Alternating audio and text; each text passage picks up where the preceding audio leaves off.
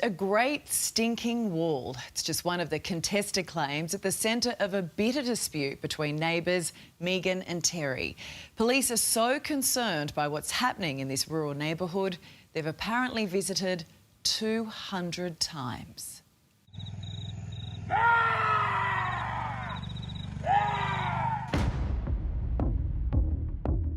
This has been war from day one. Behind the farm gates, there's a brutal border wall.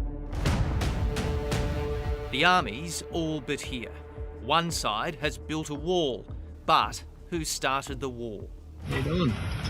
No, it's okay. Just heading on to you. When it gets this ugly, who'd want to show their face?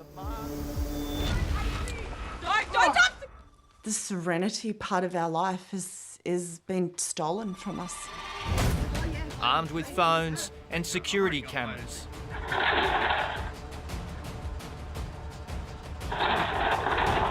The police are on speed dial and everyone says they're the victim.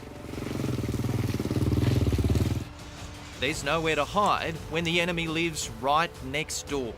And boy, from the outside looking in, it sure feels scary.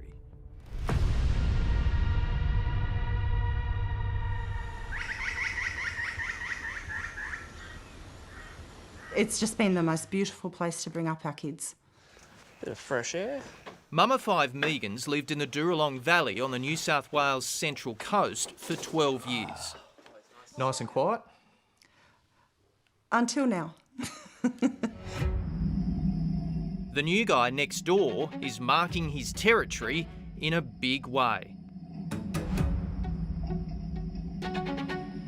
Forget the 7 wonders, you've got the Great Wall of Dooralong. We do. Go again. So we now literally have the dirt wall of poo around our house. Dirt, and Megan claims even some manure, like a boomerang around her home, all entirely on next door's property. But a little too close for comfort, especially given how she claims her relationship with next door kicked off. The first meeting was memorable. He stated to us, We've chosen not to repeat this claim. Needless to say, Eleftherios Karagounis, aka Terry the neighbour, disagrees with it completely. He says even the idea of manure in the wall is made up, and he's actually the victim of a smear campaign. This exchange, though, one which is there for everyone to see. On the Australia Day long weekend in 2025, Terry's national pride didn't extend to a knock on the neighbour's door to talk about a boundary issue. He arrived with a chainsaw, fence posts and an offsider and a motorbike helmet to take back what was his. A fence which had stood for more than 12 years, ripped out, trees sawn. And this surveyor's report was never given to his neighbour. And while Terry might be right, it's his behaviour in the spotlight. between 10 and 11 o'clock at night, they would play music. It was young children singing, and it would just go, "We're gonna build a wall."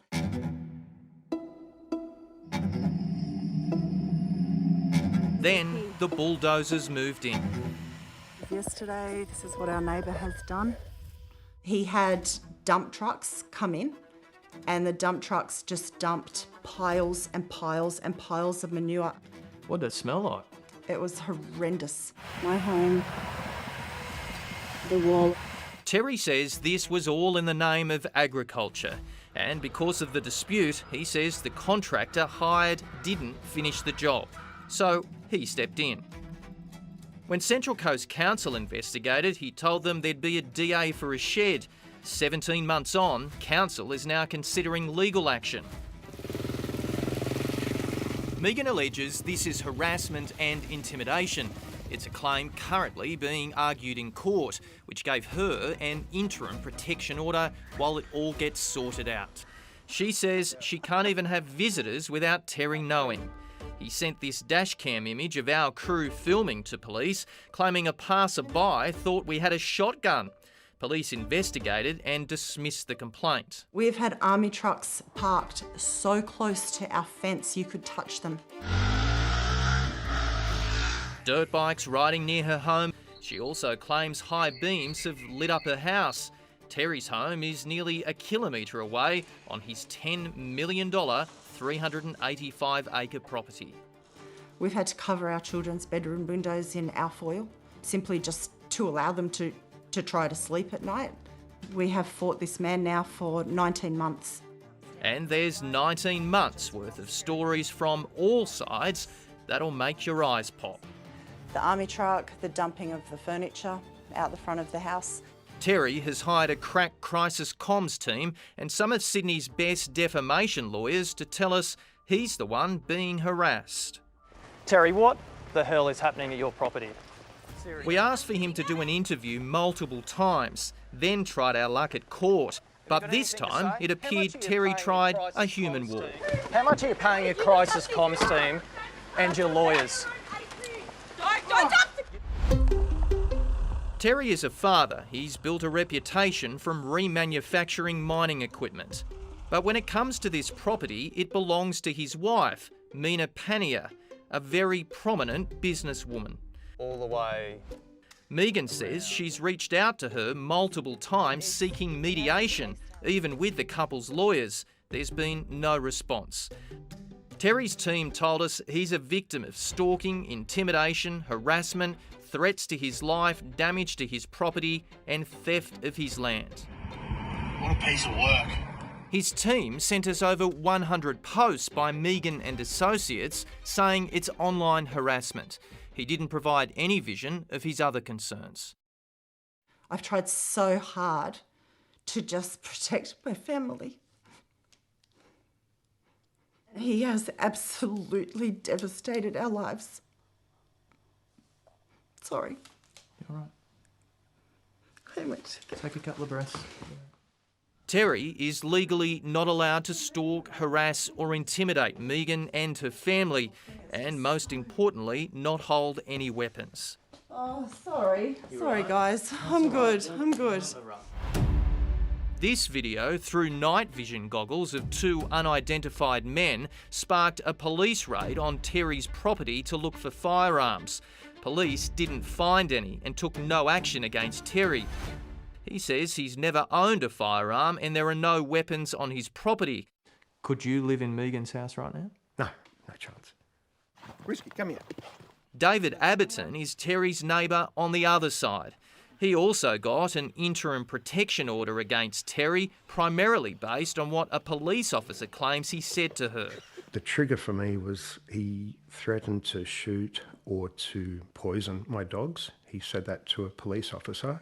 That interim order is before the courts, and maybe Terry felt sick about the prospect, donning a mask as security asked him to leave court. Terry, what took you so long? Were you trying to build a tunnel? His helpers fetching him a face mask, while his driver waited 3 hours. How much are you paying your crisis comms team and your lawyers?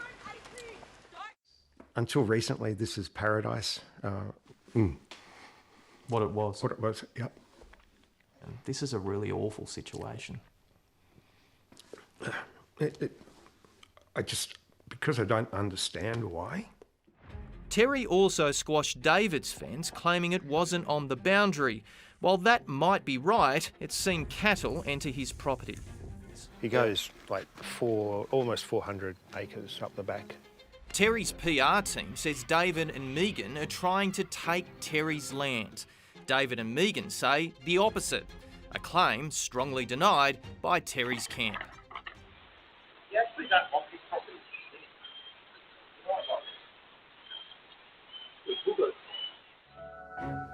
Megan has looked at selling, an agent telling her it'd be extremely difficult to sell a home while it's surrounded by a dirt embankment. Right now, Megan and David are protected by a piece of paper. Terry hasn't applied for an order against them. Terry Karagounis. What? Yeah, so what do you need? You always walk backwards? It'll be up to a court to decide what boundaries have been crossed, but what's certain, no one wants to lose. You do know we have a PVO, Terry? My fear is something's going to go amiss. I honestly, I don't know what else to do.